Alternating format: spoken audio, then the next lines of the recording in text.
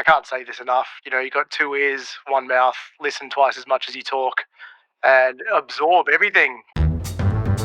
You're listening to the B&H Photography Podcast. For 50 years, B&H has been the professional source for photography, video, audio, and more.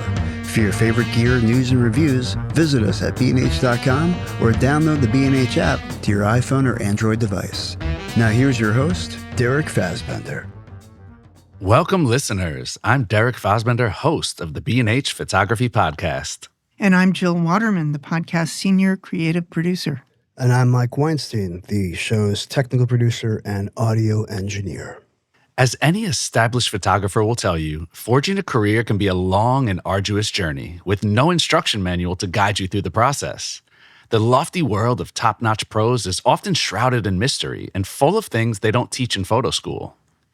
In today's show, we get to peek behind the scenes of this complex and often chaotic environment in a chat with two colleagues who found a way to balance their freelance careers as independent creators with high-profile work assisting in a world-class photo studio.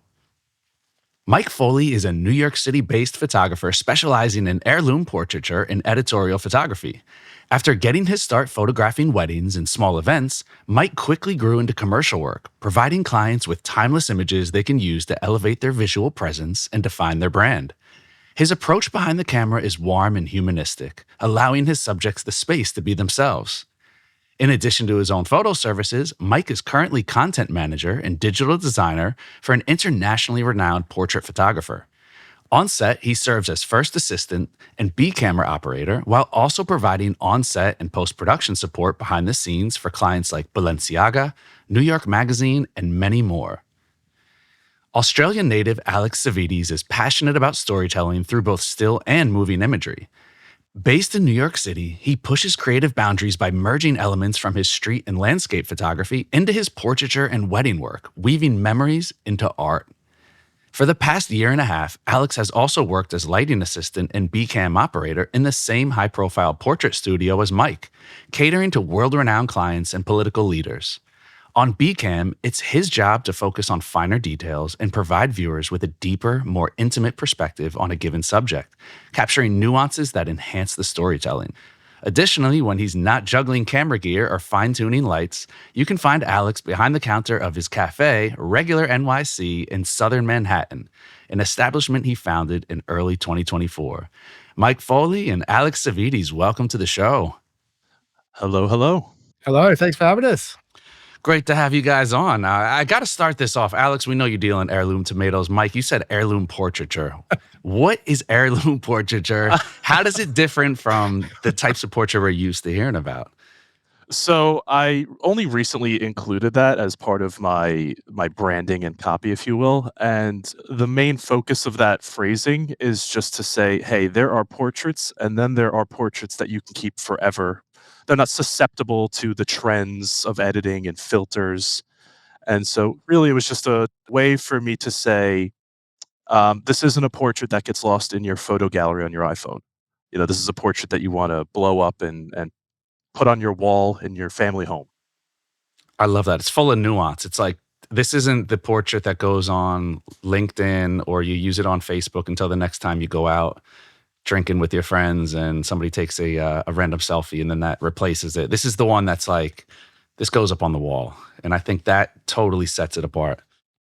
That's the hope. You know, I think in this world of fast culture and fast images, fast everything, right? Everything is here today and gone tomorrow. And I think photography is one of those things that has the ability to last a lifetime if you can kind of figure out a way to make that work, you know? I love it. Fast photography. It's like we're so used to hearing fast fashion and all this stuff. And it's like, yeah, it is. Like photography, in a certain sense, I don't want to use the word cheapened. I mean, I think it's great that it's more accessible now. But yeah, we are. It's kind of like, hey, what can I do to pop up overnight, get my work seen as many people as possible? It's almost like a hit and run approach to photography rather than this slowed down process that really focuses on making timeless art. Yeah, and you really hit the nail on the head. I really think slowing down in all parts of the process, on set and post production, talking to your clients, I think slowing down is the key. Like you really hit it, and that's That's what heirloom kind of says to me. Hmm. It's we're all taking a beat, slowing down, getting the right picture, and making sure it's the picture that works for you for as long as possible. Yeah, definitely. Now we're gonna dive into you guys' work later on, but for right now, like why we're here, you guys are assistants. Mike, you're first assistant, content manager, digital designer for a world-renowned portrait photographer. How did you land that gig? Is this something that you just applied to? Was there connections involved? How do you get into that world? It was 110% serendipitous. I was at my prior job, which I was shooting e-commerce for a shoe company, which we talked about, and I just was having a bad day at work. So I jumped onto LinkedIn, and just to make myself feel better, I shot out a bunch of resume and job applications. Fast forward about a week or so, I get an email from Michelle, who would end up being my producer soon, saying that, "Hey, Platon would like to meet you." And I was very confused. I had totally forgotten about the little fit I threw a couple weeks prior. And here I am being invited to this world famous studio as a potential first assistant. So that's kind of how this whole journey started. It started with a fit on LinkedIn. So wait, there is purpose to LinkedIn posts. I stand corrected. I forgive everything I said about LinkedIn in the past year. But you still need a good picture. There you go. You need an heirloom portrait on your LinkedIn. It's the only reason it happened. I gotta ask, what was your LinkedIn looking like? What portrait did you have as your LinkedIn photo? Oh gosh, probably. I mean, it's so funny you asked that because I'm a photographer, so you'd think I'd have this like immaculate portrait, but I just had a picture off of my photo reel, like off of my iPhone. That's not the case anymore. That says a lot, though. It's always like you make the biggest connection when you have the picture you put up as an inside joke to your friends, or it's like, hey, the 0.5 times iPhone selfie camera. Always great for putting up profile pictures. Oh yeah. And then, of course, once you start messaging with high-end studios, you frantically go to change all of your information, your portrait. Take me seriously, please. Yeah, exactly. How did you prepare going into this interview? I mean, I know there's a lot of nerves. We don't even need, like, that's kind of just, there's nerves going into it. But was there anything that you prepared for? Was this like you were going into an infamous interview with like Google? You know how they say never meet your heroes? Well, I've studied Platon's work as it happened, very familiar with his legacy. And so for me, the prep was breathing control, the remembering that we're all just human beings. And I, of course, did some homework. I brushed up on some of his more recent shoots, but a lot of it was just, I'm going to just be myself, fly by the seat of my pants, and hopefully he likes me. And that eventually got me through. It works. It's like, wait, we're waiting for like this like secret recipe. And it's like, nah, I mean, I think that speaks for itself. If your work is there and you're a likable person, I think people underestimate just hard work, authenticity, and being a likable person. It gets you far. It really does, and I could have done a presentation and a lot of homework and a whole write-up, but I thought to myself, if I'm gonna be working next to this guy for the next however many years, I want him to know who I am, not this, like, curated version of who I am.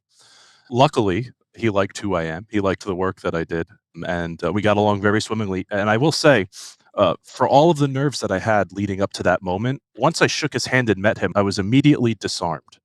And I think that that speaks to kind of his ability to command a room in a respectful, dignified way. That was very cool to learn on the first day.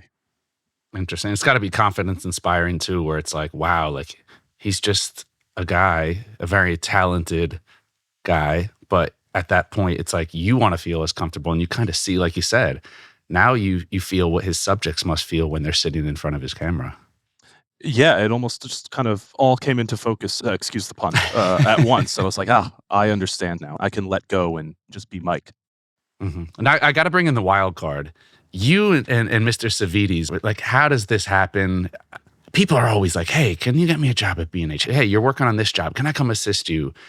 And it's like, I've been burned enough times where I'm like, all right, you got to earn your spot. How did you guys know each other? Were you worried that like, hey, this could affect me? How did Alex come into the mix for you? Well, so to start at the beginning, I met Alex at my prior job. I was working up on Ninth Avenue across from his previous coffee shop. And we kind of became really fast friends. Alex, I think we like locked eyes and fell in love or something like that over the counter. Love at first sight. It was definitely It, love at first sight. it was, every once in a while you just kind of meet somebody that totally understands you, totally understands your vision, and is just raring and ready to go. And I picked that up in Alex like immediately. He's an awesome guy. So it was really easy to just get into a conversation repeatedly over coffee every morning. And now we're best buds. And look where we are. That's awesome. I mean, it sounds familiar, right, Alex? That's kind of how That's how I'm we over here. met. Like Mike, I feel like the third wheel. I'm like, man, I thought Alex tells me the same things. Like, what's There's going enough of on? me going around. It's all right, guys. Wow, Alex, I didn't know you had this going on the side. This is news to me. It's interesting because, for our listeners out there, Alex, you were a former owner of In Common, which is across from B&H. Correct. That's how we connected as well. That's how we connected. And Mike, if it serves me correct, I think Jill had said you used to work right up on the block in the same building as us as well. Yeah, I shared a building with B&H's, I guess they're annex offices, because it's not part of the store itself. Mhm. The executive offices. The executive office. The That's executive, what we yes. like to call That it. is a much better word than what I used.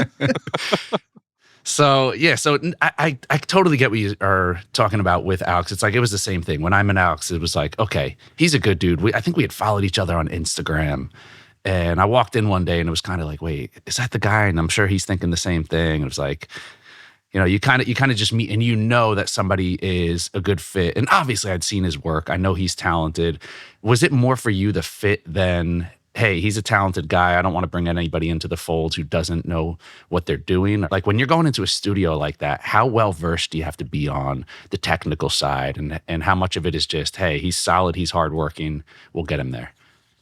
Well, there's some time difference between when Alex and I first met and then when I started at the studio and incorporated him. So by the time we got around to incorporating another B camera, a C camera, another lighting assistant, I had already been at the Platon studio for about a year, 6 months or so. So by this point, I've known Alex for a couple of years. I've known his skill set. But to address the second part of your question, to what degree is it skill? What do you have to know going in? This world, the high-end photography world, is definitely a world where you have to be on your toes. You have to be ready for everything, and you have to be resourceful. Because at any moment, you're about 5 minutes away from being asked a question you've never been asked before. And so when it was brought to me that we needed some assistance on set for some of our bigger shoots, Alex immediately came to mind because I know he's equipped with the skill set, the personality. So it really boils down to it being a blend of all of those things. Like, can I hang out with you on set for 6 hours, right? And then can I rely on you to be resourceful and solve issues that are inevitably going to pop up on set? And so in that way, Alex is the full package. I mean, I wouldn't have anyone else do it for me. Oh, stop it. Slide me that $20 after this recording. 25 after that. That's Alex, what was it like on your side? I mean, it's not like he's popping up like, hey, I'm shooting a wedding for a guy I grew up with. Can you come hold my camera bag? Like, what were the nerves like on your side? the first shoot was pretty high profile. And I was like, really? Me, dude? I don't know. Yeah, there was nerves, but I think with Mike already having the experience and being there, having his support and being able to lean on him, it really helped a lot. And yeah, calm my nerves. And kind of the way the setup is there, it's a very intimate setting, so there's not much riffraff around, and it kind of becomes our space before the talent gets there. You feel at ease. So the nerves actually on that first shoot were calmed very quickly. I really felt more about letting our team down than the talent. That was more the nerves. Yeah, other than that, it's very good to work with people that you're comfortable with, and that helps a lot. Mm-hmm. Now, can we talk about the roles? Because I think there's so many assisting roles. There's so many parts that fit into this giant machine of a high-end photo studio. When we're talking about B cam, C cam, we have digitechs. Can you guys break down what your specific roles are? Like, what are you guys doing on set and offset behind the scenes? Yeah, absolutely. So as first assistant, my role is to manage the A light. So I'm constantly metering, adjusting the light based on where the photographer is at the time, and basically always maintaining this position relative to the subject. which can be stressful at times if there's a lot of moving around, a lot of changing postures, changing positions. So during the shoot, I'm always very on, very engaged, and like locked into the pulse of whatever's happening at the moment. And I do a lot of work with the images afterwards. So a lot of post production, preparing the images to go to wherever their destination is, whether they're for a magazine or for a book or whatever the case may be. I gather all the material, make sure it looks pretty, and get it to where it needs to go. In between, I'm wearing many, many, many other different hats, sometimes technical, sometimes more on set support. Alex, what are you doing on set? Are you guys working with each other? Is it kind of like you're playing off of each other? Are you guys completely separate roles? We definitely work with each other. Mike wears many hats, so he's definitely running around like a headless chicken. And I'm there to support him, making sure that the setup's right, setting up the studio well before, getting very prepared. Preparation's a big thing. You can't always be prepared because you don't know what's going to happen. But on the stills shoots, I am more of a backup to Mike, making sure things are in place, anything that he needs that he can't get his hands on. I'm an extension of Mike if I'm not doing BCam. So you're Mike's Al Borland. Yes. To drop a 90s home improvement reference there that will lose half of our audience. Let's do a quick Google. There we go. Pause for a quick Google right now. To Alex's point, like everything's very collaborative. There's a lot of prep and a lot of pre and post work that goes into it. But in the thick of it, man, we're all on the same team trying to nail some incredible content, some incredible art. And you kind of forget the pressures and you fall into this role, you fall into this zone, and you know that you can rely on your team. And so you can focus on what you have to do. And to address the roles, there's Alex and I who are first assistant and second assistant / BCam when applicable. You had mentioned a digitech before. We don't always have digitechs, but for big commercial shoots, we certainly will. And that takes a load off of Alex and I for sure. For any listeners who have no idea what a digitech is, I had never heard of one before I got into this world. They basically just man the camera that the photographer is tethered to, and they will help relay the images to the clients as they watch. So, we have a closed set typically. As the camera's snapping away, the digitech projects those onto a couple monitors throughout set. And so the creative teams, the directors, whoever's present, can kind of keep up with what's going on set. It's a cool position, honestly. Sounds like a lot less pressure. You're kind of you're a tech head at that point. Yeah. And what about the BCam? You've both mentioned that. Can you describe that a little bit further? Yeah, take that away, Alex. You do that more than me these days. I do that a lot these days. So on video shoots, we've got the A-cam and B-cam, and the A-cam is capturing the main focus of the subject, doing moving portraits, and my job is to capture the finer details and things that the viewers wouldn't normally hone in on, close-ups, details, a lot of the time using a telephoto. In an interview scenario, we'll take two sides and I'll be responsible for the details, the widers when the interviewer is talking, or then the close-ups when the interviewee is giving responses. And then the main cam in that scenario is really capturing the emotion of it and their faces. That kind of sounds like the more interesting. It's almost like the second shooter on a wedding where it's like, hey, I'll handle all the high pressure stuff. You get to get the candids of the guests and you just get to float around and be a fly on the wall. Is it like that, or am I reading it wrong? Yeah, it's definitely a lot more fun because there's a lot less pressure. You know that if you're going to miss a frame on a certain moment, if I'm focused on the wrong thing, I know that the A-cam has got that. And then when we're doing the more creative stuff, when we're doing behind the scenes or B-roll of the photo shoot, it's a great opportunity to get super creative and get, as we call it there, it's time to get weird. That's the best phrase. Is that like the bonus time? Like, we got what we need. Let's just have fun now and get a little extra cream on top?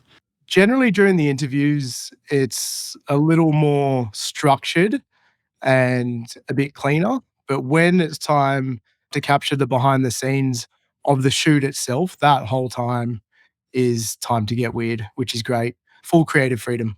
That sounds awesome. Now, can you guys take us through what a shoot looks like? I know it can range from, hey, you have 20 seconds with this guy. You got to get one frame. And there's times probably where it's a 10, 12, 14-hour day. Can you take us through a little bit of the varied types of sets that you guys are working on? Yeah, I mean, I'd say probably the most exciting shoot days, and I think Alex would agree, are the days where we get to go to the big decked out studios in New York City, like Jack's or Studio 59. And a day like that are the most exciting because they're full days in the studio. They're usually like 6 to 8 hours. We go in early, probably about 3 or 4 hours at least before talent shows up, and we set up on the cyclorama. We put up our V flats, we set up lighting. That could take an hour, 2 hours. It totally depends on the size of the shoot. We'll do a pre-light set. Alex has probably hundreds of portraits of him now, just sitting on an Apple box as I test the cameras. LinkedIn, baby. There you go. One of them is my LinkedIn photo. Thank you, Mike. You're welcome. And you have enough to have a fresh one every day for a year, I think. So we might goof a little bit at that portion. We'll snap away. Cameras are working, but we're still snapping. And then it's very much a hurry up and wait for the talent to show up after we're all set up. Nothing really exciting goes on at that point. Either the talent's super on time and they're walking in as we're putting up the last light, or we're waiting a couple hours. I could tell you one funny story. We did a shoot at Studio 59 for Balenciaga. Alex was there, of course. We were photographing their ambassadors, Kim Kardashian being one of them. And, we get set up. We have a great morning, all coffeeed up, sets all ready to rock. And we get a notification from the producer that Kim Kardashian will be late because she has called the paparazzi on herself. And she's doing a photo op downstairs at Pier 59. And it's funny, none of us are upset or anything. We know how this stuff goes, but it really shines a light on it's almost always a hurry up and wait situation. You get up at 6 a.m., you get set up, you're raring to go, and then you got to wait 3 hours for the talent to show up. But the wait's worth it because it's such a cool experience when they do show up, regardless of who it is. It's always super interesting. This sounds so familiar to me. Just for a little background, coming from the film world of Los Angeles, although I worked as a on-location sound engineer, I'm just hearing a lot of familiar phrases and words that bring back to mind what I used to do. But I'm curious, when you're explicitly doing still shoots, is the setup and preparation different in terms of what you would need to do and what needs to happen than doing video or still/video shoots? It's fairly different. Stills is a bit more straightforward. For example, I'm not setting up GoPros or a slide cam, or Mm-hmm. I'm not taking considerations that I would take for a video set. Basically, I'll say this. We always shoot under the same conditions. A light, V flat set where they are, Apple box set where they are, in front of a sweep of some sort, whether that's a seamless or a cyclorama. The elements that change when video is introduced, we'll have GoPros mounted above, we'll have the slide cam set up. So those elements, they do take an extra second and an extra moment of consideration to set up. Mm. But it's not as deep of a consideration as you might think. We keep things like pretty raw. We don't dress anything up on set for video. Right. And with regards to your current job, Mike, what's the percentage of shoots with Platon that are video as opposed to only stills? I would say 70-30 split, and 70 being the amount of times we'll shoot video. Mhm. And that's because any opportunity to shoot stills we see as a great opportunity for an interview. Uh-huh. And if we have them, we might as well interview them, and that's arranged ahead of time. They know what they're walking into. The other 30%, that's typically ad jobs. We just did Lugano Diamonds recently, and that was very militant. It was get in, have the talent come in, wear the diamonds, photograph them, next talent. Gotcha. Interesting. Yeah. So nowadays, be camera or assistant to an established photographer, you have to know video. That's part of the prerequisite. Is that fair to say? Very fair to say. I've been told on many occasions that the reason I was hired over other folks in the race was my ability to work with video.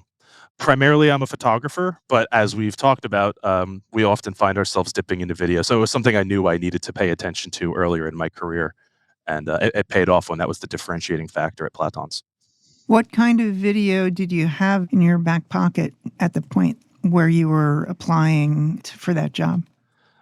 You're going to get a laugh out of this. My video resume basically was a combination of web commercials for Dollar Tree and wedding videos. Uh-huh. Because commercially speaking, the only time I had done video for like a commercial client was for Dollar Tree. And you show what you have. Yeah. That is great. But it's great to know that that level of the everyday kind of video would carry over to such a high profile market.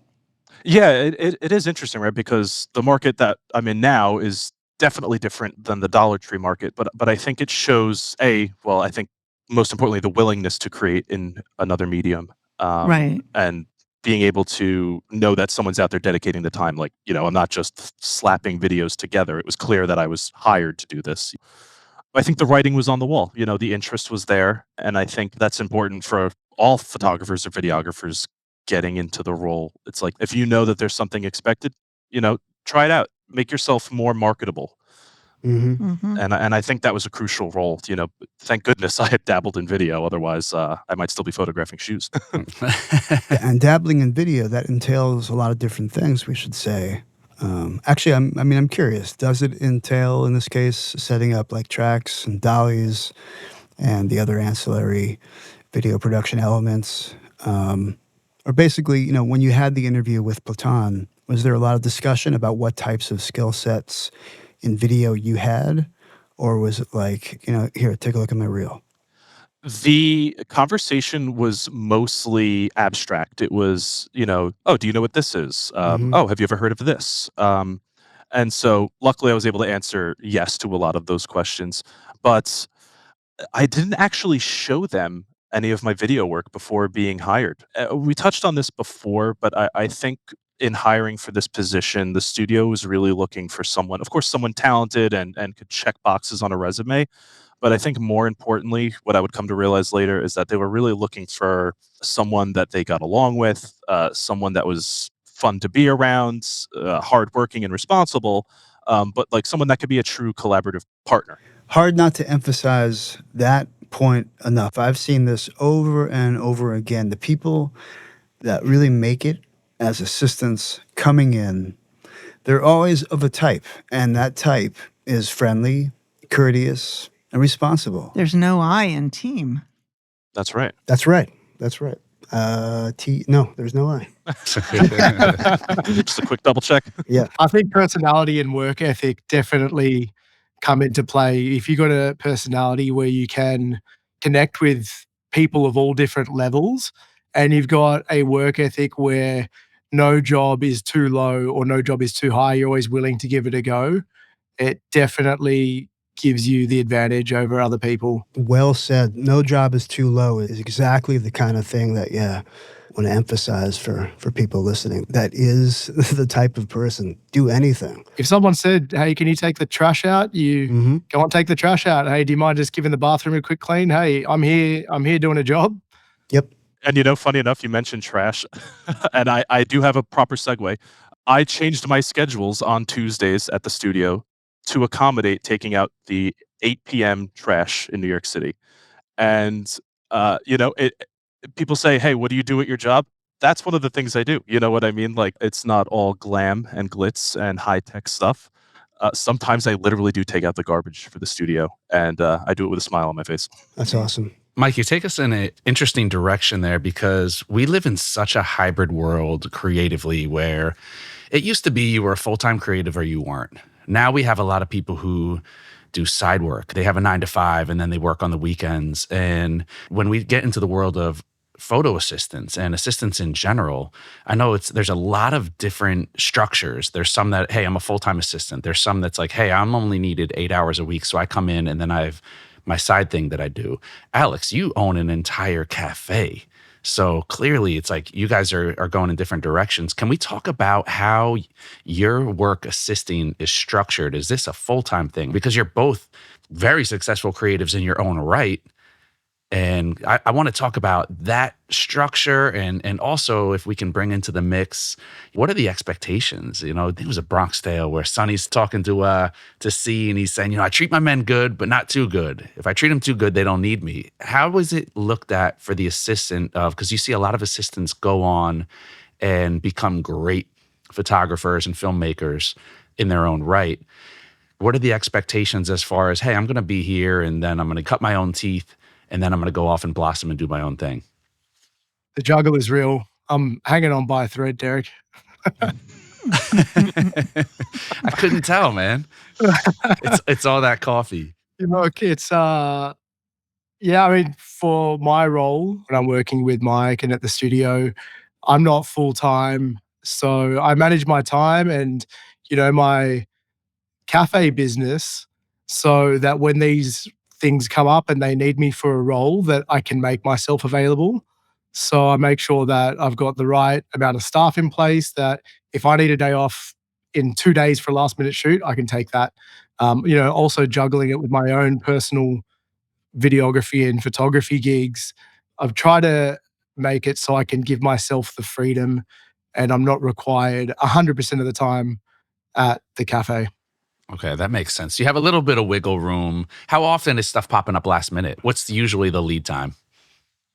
Generally, we'll have a good week or two notice at least once something's locked in. I was asked recently last minute for a shoot and it was only a few days away. It was a very last minute thing and I made myself available. So it could be anywhere from a few days to a few weeks. Generally, I'd say the average is about 1 to 2 weeks. Yeah, we do our best to give a good lead time, but sometimes client schedules are hectic and it creates a little bit of chaos on our end. But luckily, Alex is almost always able to pull through for us.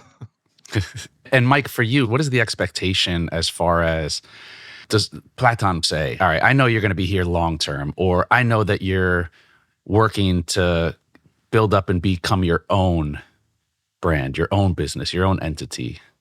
Is this a conversation? Is this a known thing in the assisting world of, hey, your time is borrowed here? In terms of it being a fleeting experience, I think that is an unspoken understanding, at least between Platon and I. But certainly, I would imagine between many photographers and first assistants, because I think if you ask most accomplished photographers, they've assisted, right? And so it's the natural trajectory that you would want to take. My current setup with the studio is I'm salaried, so I'm full time. I work in the studio Monday through Friday, 8 hours a day, and I'm on call to travel pretty much at the drop of a dime. I've had to drop everything and leave for France in 24 hours, and that's happened more than once. But I will say, I'm also balancing my own company, my own portrait company, and my own endeavors. And at times, it's definitely hard to balance both. As Alex said, I'm also holding on by a finger. But it's exciting, what a thing to be stressed over. Yeah, right? It's a privilege. I couldn't handle being stressed at a spreadsheet, at an office in a high rise. So, that kind of stress I can't do. But if you tell me, Mike, I need 30 images edited in 4 hours, oh, I'm on all cylinders now, that gets I me love going. it. But it's interesting. I totally feel you on the unspoken part of the relationship. The trajectory is that eventually you may go on to do your own thing. And I've worked with assistants before in the post audio world. And it was always acknowledged that this was somewhat temporary. But it wasn't like a conversation that we had very often. Yeah, and I mean, I think that is a relationship that, regardless of what industry, and we all sort of have that relationship with our bosses. I mean, gone are the days, right, where you get a Rolex at the end of spending 50 years at a company. And so I don't think photography is so different in that regard. I don't think that expectation is so prevalent anymore. I have a question. I'm just curious. You may not know, but I just want to get a feel for what the state of the industry is in 2025. Mike, how many people in New York, let's say, are salaried assistants to photographers? Is this a very rare type of job, or is it pretty common or somewhere in the middle? I couldn't speak for the whole freelance circuit because I sort of accidentally circumvented that. But my understanding from being plugged into this world now is that most assistants are not full-time salaried, that they are on a freelance circuit. So when someone like a Mark Seliger needs an assistant, he dips into a pool of qualified assistants and might not have the same assistant twice in a week. We do things, of course, a little bit differently at Platon's studio. He likes to have someone that he knows he can count on. He knows their first name, their birthday, what they like and what they don't like. And I think that creates a more seamless working experience, like when you have this rapport. So I'll say I've never met anybody that full time assists for one photographer. Mm-hmm. I don't want to say it doesn't happen, but in New York City, I don't think it's very common. I think most folks are riding the freelance circuit wave. Interesting. Well, this looks like a good time to take a break. We'll stretch it out, stand up, get some air. Alex, no more coffee, maybe have a tea. If you're already standing, have a seat, relax. And when we return, we're going to pull back the curtain for a rare look inside the world-class photo studio. We'll ask Mike and Alex how they balance these responsibilities with their growing photo careers. So stay tuned. We'll be back in a few. We hope you're enjoying this episode of the B&H Photography Podcast. Alex and Mike have a lot of great ideas to share, including this creative approach to leveling up your photographic skill set. The second piece of advice I would give is to think of your skill set as like a tool belt, and every opportunity you have to shoot is another thing you can put on your tool belt. And I think keeping things framed this way, it feels like, I don't know, to be corny, it feels like achievements in a video game, right? Like you got to unlock this next achievement to level up as a photographer. And it's cheesy, but if you kind of set your mind that way, it becomes a game. It becomes fun. And we are back talking with Mike Foley and Alex Savidis. Now, before the break, we were talking about the nuts and bolts of working as a photo or lighting assistant, but I want to get to the fun stuff. I want to get to the stories. I know we can't go too crazy, but Mike, Alex, what is a shoot that stands out to each of you? I don't know if there's one that you guys were both on and it's just like the fact that you were in it together, or maybe each of you have your own stories for an impressive shoot, something that was just super memorable. I guess I'll hit this one off. So this is one that Alex and I worked on together.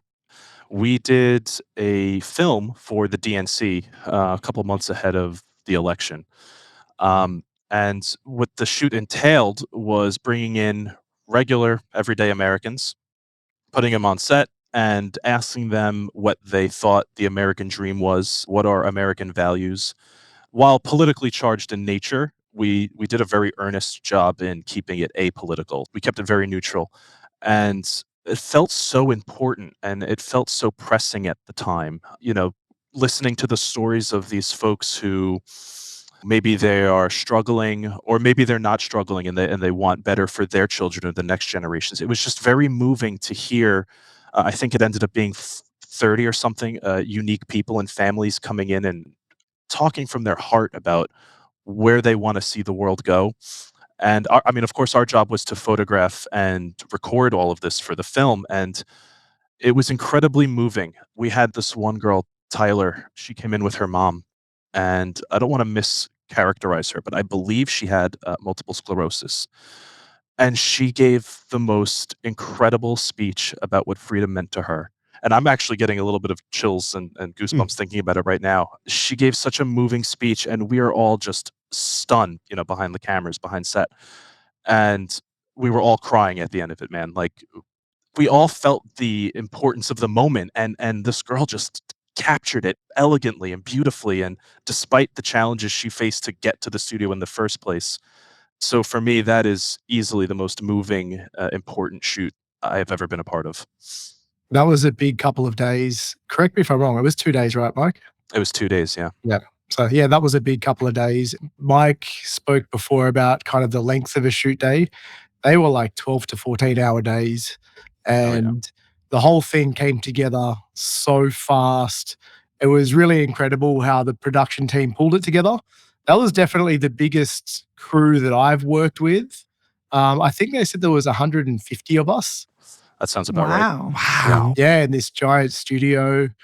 And just to watch it all come together, and everybody had their roles, and a lot of us didn't even know each other, had never met each other before, but the teamwork was incredible. And, you know, you really felt that this was an important, big thing that we're all a part of. It was, it was quite surreal.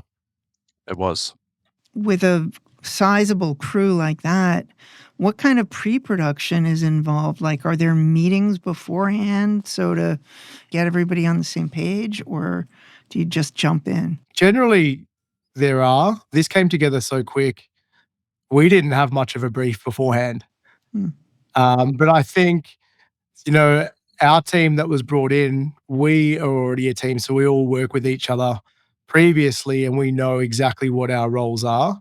So it was very much on the fly from my part. Anyway, I didn't have much briefing beforehand. But when I got in there, I was like, okay, this is what we're doing. You're on BCAM. This is what we need. Mhm. And yeah, it came together very harmoniously for how little we were prepared for it. And I have a slightly different perspective. He's like, Alex, pump the brakes.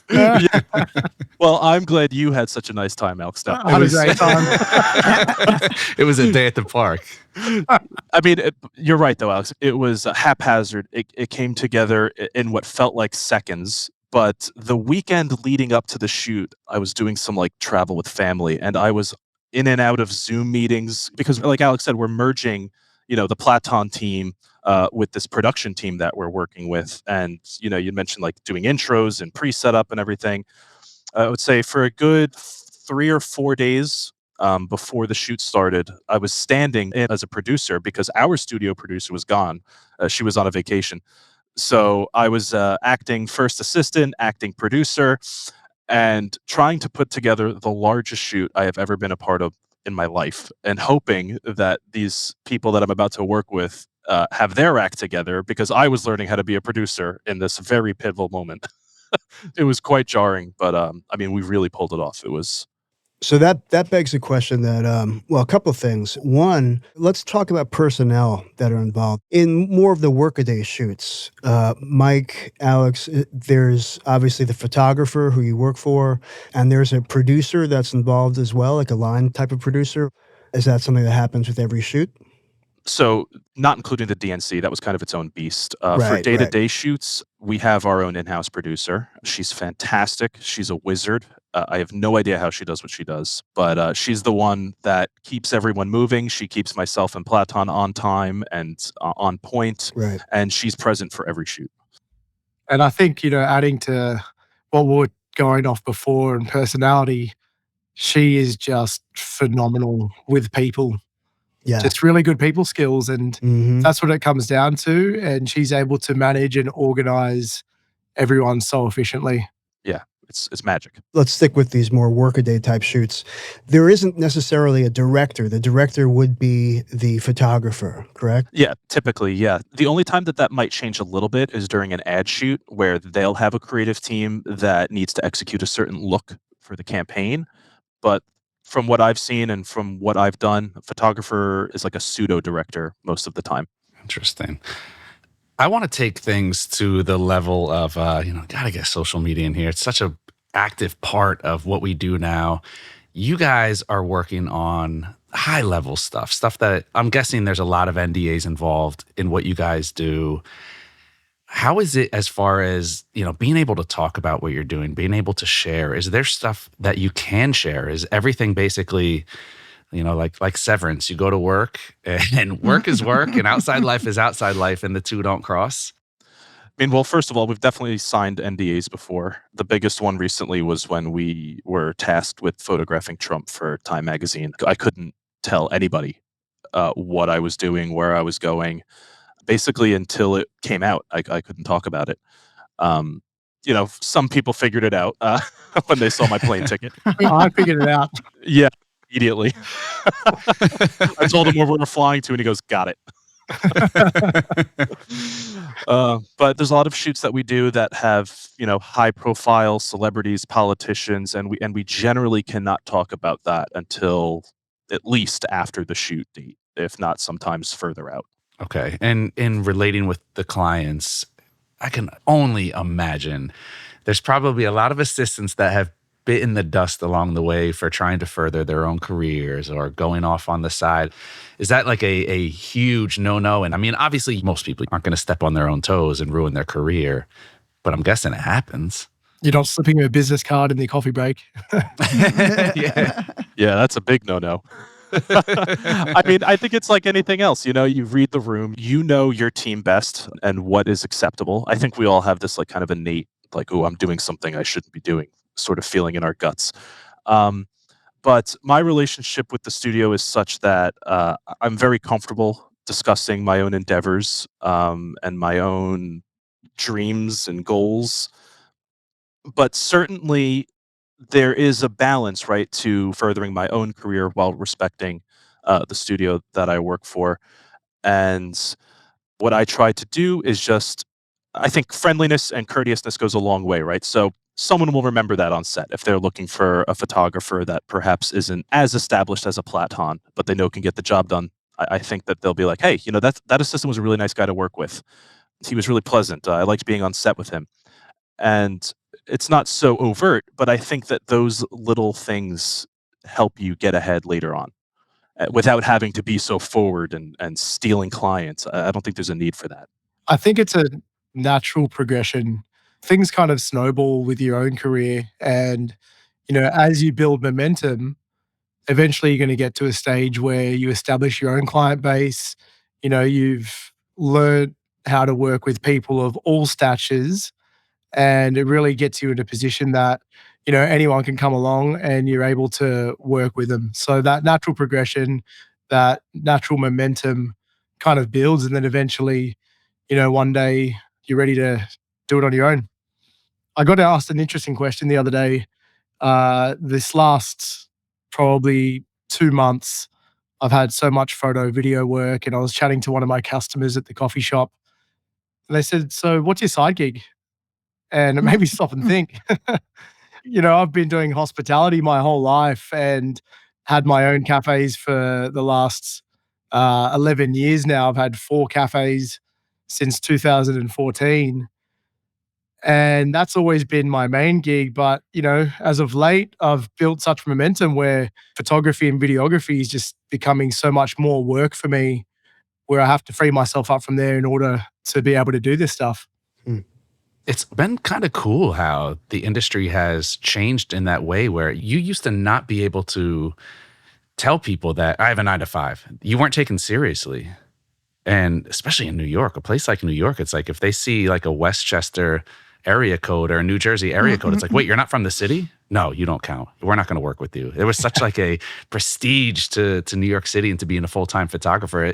Do you notice that isn't even a thing anymore? I mean, I know I've seen it in my own personal professional endeavors where people are more open to the person who is doing side gigs. They get that you have to pay bills. Is that how it is in you guys' world? Yeah, I think it shows more work ethic as well. It shows that you're driven. And if you can do multiple things, where, as you say, in New York, you need 6 jobs to live here, especially with 3 kids. You need to open up 4 more cafes. The juggle becomes quite hard at times, but I think it's a necessity, especially when you're trying to pursue something that you're passionate about. You can't just become a successful photographer overnight. It takes years to build up to that. I think the age that we are living in, there's no shame in having more than 1 gig. Yeah, nor should there be. I mean, you should work toward whatever it is you're hoping to achieve, and you certainly can't do that by not acting, by not taking gigs, by not working weekends. I think some people take on side gigs because they financially might have to, and then I think there's a category of people that take on side gigs because they're just passionate, and not doing that thing will drive them mad. Yeah. I mean, look, me personally, I never had the desire to take something that I love and that I'm passionate about and turn it into work for fear that it would drive the passion out of it. So it's like what I'm doing now, it's photo adjacent. I still get my fix, but then I can pick and choose the jobs I want to do rather than I have to say yes to everything because a paycheck's a paycheck. Right, and that's the ultimate goal, right? To get to a point where you can pick and choose your projects and You're not fighting for survival and just taking anything that comes along.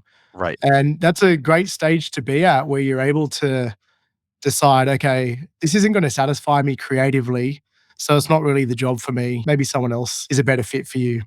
It's a really nice thing to be able to say that. Feels good. Yeah. I'm not there yet. I can just imagine though.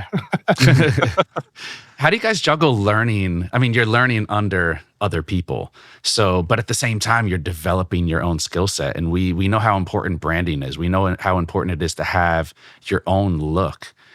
Is it difficult to go so far in one direction during your work as assistants And then does your work parallel that, or do you find that your work is going in a separate direction? I have to tell you, Derek, this has been the conundrum in my Mm-hmm. head for probably the last 2 or 3 years, right? When I was leaving e-commerce, I was used to being, the smartest photographer in the room, or whatever nonsense that even means, right? I was used to being top dog and having all the answers, knowing all the facets of photography. And then I walk into this studio at Platon's, and I realized I didn't know anything. I didn't know a single thing about photography effectively.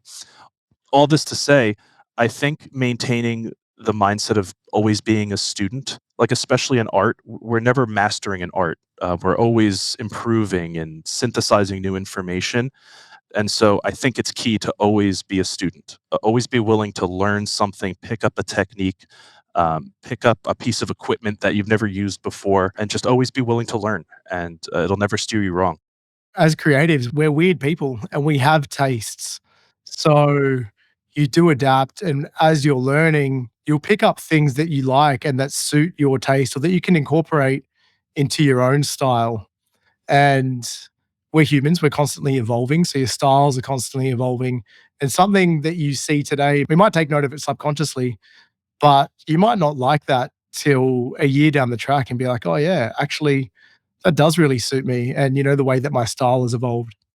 Yeah, you really have to be open to the advice that other creatives give you. I mean, because you could be stuck doing something a certain way for, 10 years and you had no idea that this other solution saved you 20 minutes per editing session. Those little things all add up to being a better creative, a better professional. I mean, there's so many different brands of creatives. For every person who is, I am black and white, high key portraits all the time, every time, and I've made a career for 40 years over it. You have people who are changing as a person, and every 5, 10 years, their work shifts and their work progresses into a new form.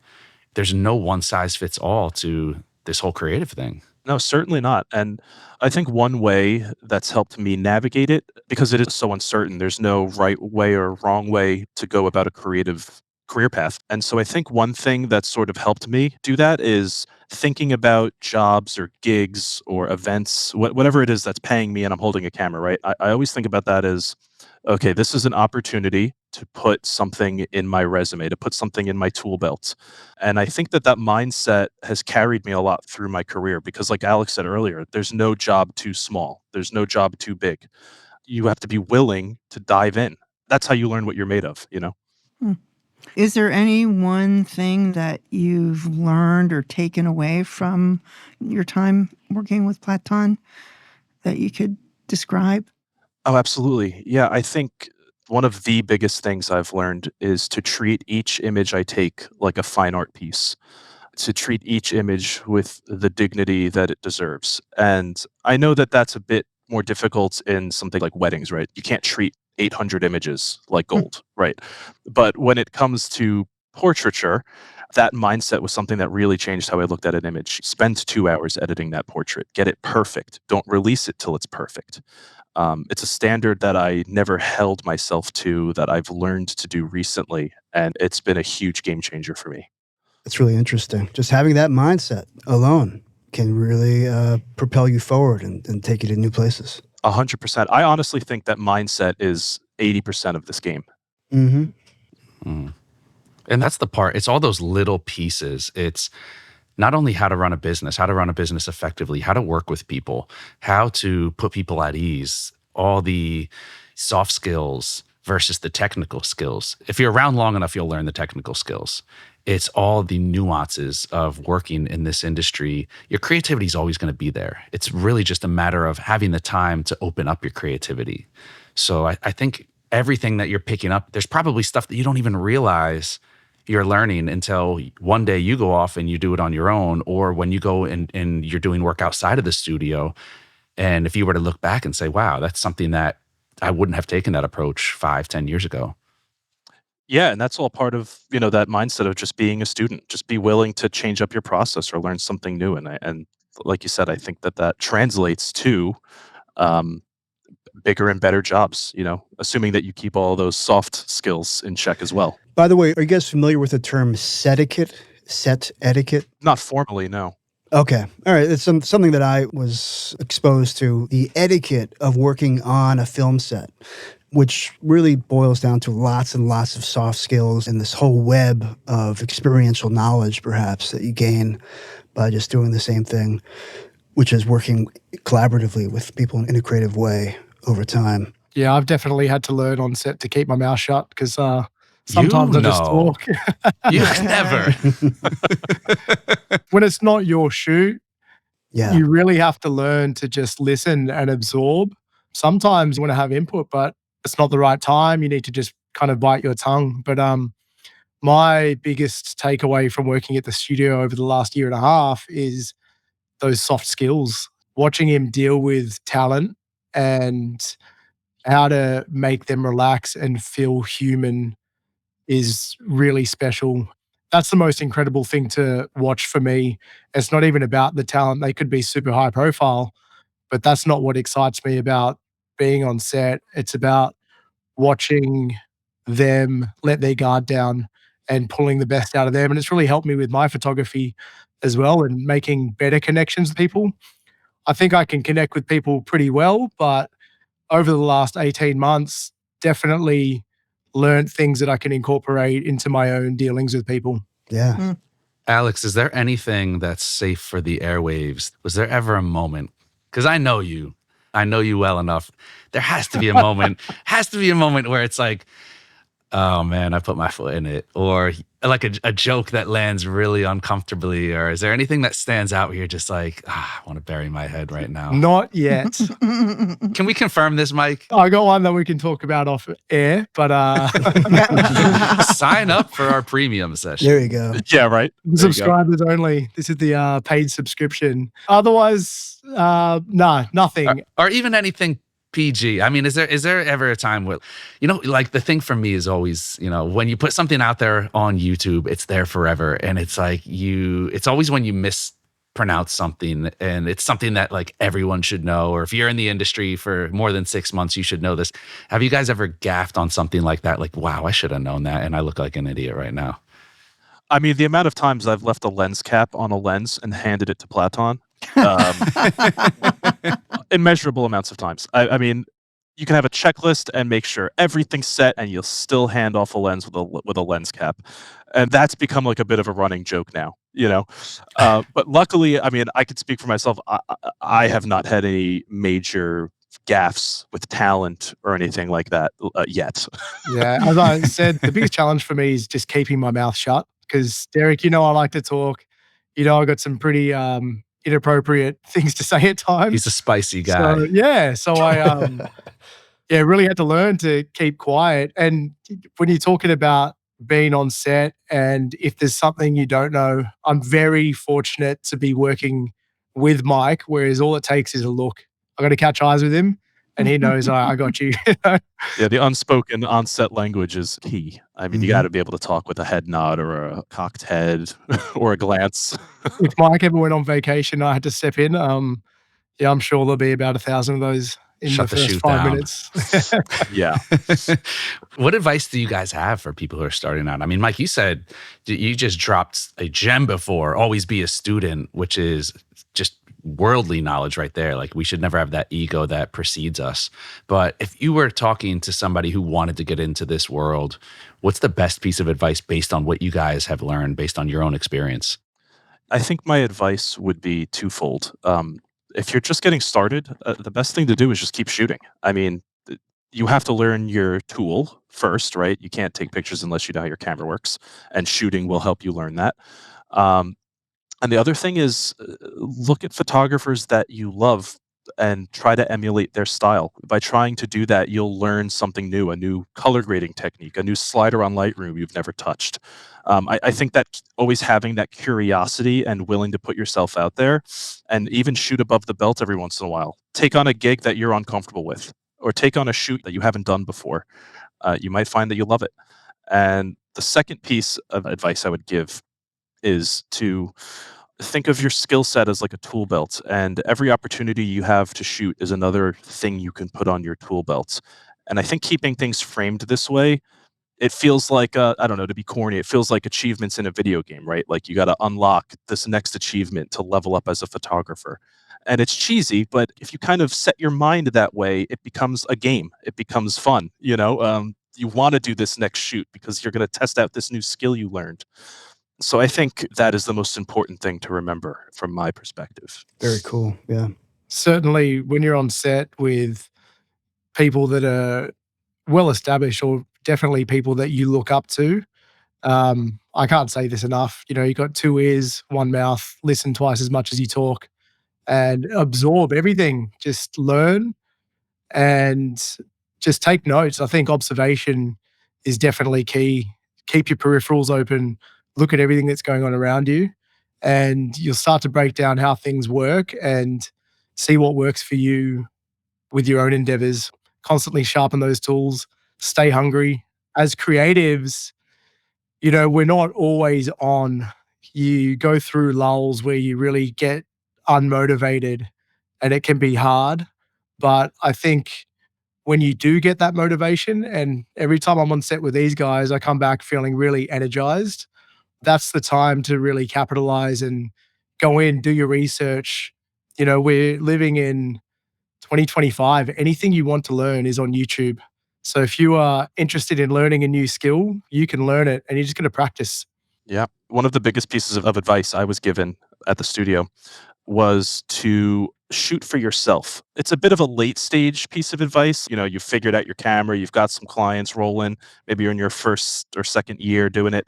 Shoot for yourself because you can get wrapped up creatively in shooting for other people's vision, right? You're shooting for Nike's vision, you're shooting for, aunt and uncle's family portrait vision. But when you take the time and organize a shoot for yourself and execute on a vision that you have, and you do that repeatedly, people notice, because that's always going to be your best work, right? When you are the creative lead for your shoot, you're going to execute and you're going to create something that you love. And I think that's really crucial. People notice that online when you're doing something you love and it has an effect. Yeah, that's great advice. And I love how you said that's late stage because I'm sitting here and I'm like, how many people don't even know what they want? They don't know what their vision is. And that's part of the fun of the process for me is figuring out who you are as a person, as a photographer. What is your stamp? What's your brand? What's your look? What is your vision? Mm-hmm. Yeah, it's the hardest thing to nail down. And, Totally. I've definitely been in bouts where I think to myself, what is my vision? What is my look? Do I have a look? You can get so bogged down on that, you forget to just shoot. Yeah. Book 5 hours in a studio and just go wild. Get a friend, let them model for you, and just get weird. You guys are around like top tier work that is going to be studied for hundreds of years. Is there a certain point where you're just like, man, maybe I should just sell off all my gear and pick up another hobby? No, man, it makes me even more hungry. Like when you realize the ceiling is higher than you thought, Wow. you can jump even higher now. It keeps you motivated. Definitely keeps you motivated.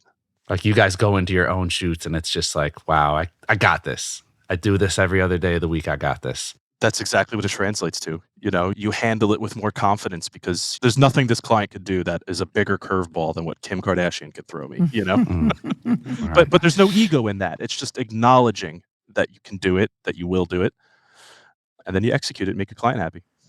Alex, can I have that gear back I sold you?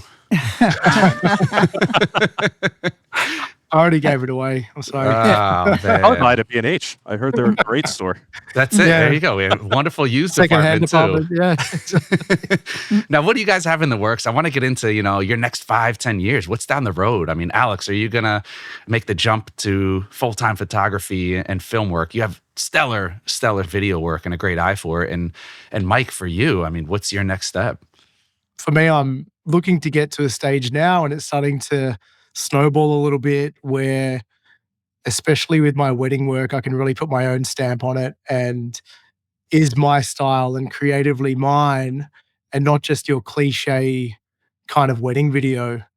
And, it really translates well when people come to you and they say, hey, I really like that. I really like how that video came across. I love the feel. I love how authentic it is, less posing, more candid, fly on the wall documentary stuff. And, obviously with my landscape and street stuff, I will pose people and throw them in to get some epic shots to sprinkle in there. but really trying to capture, the authentic emotion of the couple and the feel of the day and translate that. So the more my style develops and, I hone in on that, then people will come to me for me. And that's really where I want to get to with my wedding work. Personal projects, I'm always working on a personal project with my kids. I've got a little Fuji X100T. It's like 9 years old and it sits on my windowsill. And every day I take photos of my kids. And right now, I'm not doing anything with it. I'm just hoarding the images. But, my retirement plan is one day to sort all those out and make photo books of, the first 15 years of their lives. I love that. As a father, I think that's so important. And, Mike, you were talking about making work for you, and the ultimate form of making work for you is family. And, we go out there and we shoot all these gigs and jobs and shoots for corporations and big entities. But taking that camera out inside the four walls of your home and creating the most meaningful work, even if you don't know what to do with that at the time, that's powerful. That's special. Yeah.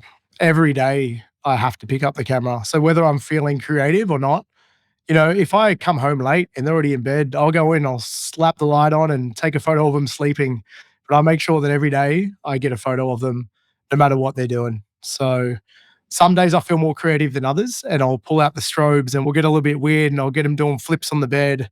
And, some days it might just be eating dinner or playing Switch on the sofa or out in the park. So each day I can't stay on top of my game, but it keeps me with a camera in my hand every day, whether I've got a job on or not. I have to pick it up. And if I miss a day, I don't feel very good about myself. I'll wake up in the middle of the night and be like, goodness, I didn't take a photo last night. So, Mike, what about you? What's on the horizon? Oh, I'm trying to just keep this momentum going. This last year has been an incredible leap in opportunities for me. And so now the work is to keep that flow moving. So I foresee the next couple of years, I'll definitely still be with Platon and making incremental enhances to my own work. My ultimate goal really is to just shoot as often as possible. And I don't mind if it's for ads. I don't mind if it's private clients. I just love connecting with people and photographing them. And then when I deliver their images and I get their reaction at the end, I mean, that's beyond the money, beyond anything else. That is the creme de la creme. And so success to me is being able to do that as often as possible on my own terms. And I'm not quite partial to when that happens because life is good right now, but I would love to see that accumulate for me. We love a photography purist over here, somebody who's just so about the art. Mike, where can we find more of your work? You can find me at mikephotographs.com. Nice and simple. Nice. And Alex? You can find me at alexsavidis.com or on my Instagram, which is alex.savidis. Awesome. This was great having you guys on. A lot of great advice. And as I had said earlier, this is an area of the industry that there's not often a light shined on it. And it really is. These are the cogs in the wheel that help great operations operate seamlessly and put out this great work. And essentially, because you guys are the students of the game, you guys are the future of the industry, which is awesome. A huge thank you to you guys for coming on the program today. It was a pleasure, Derek. Thanks so much. Thank you for having us, guys. Absolute honor. And to all of our listeners out there, thank you guys for joining us today. If you are a fan of the show but are not yet a subscriber, head on over to Apple Podcasts, Spotify, B&H's YouTube channel, or wherever you get your podcasts, and please click subscribe. You can also find us on the Explorer blog, where we post photos from our guests along with our show notes. And please join us on Facebook at the B&H Photography Podcast group, where you can share your favorite photos and comment on the show. I'm your host, Derek Fosbender. Jill Waterman is our creative producer. Episodes are recorded, mixed, and edited by technical producer Mike Weinstein, and our executive producer is Richard Stevens. On behalf of us all, thank you so much for tuning in today.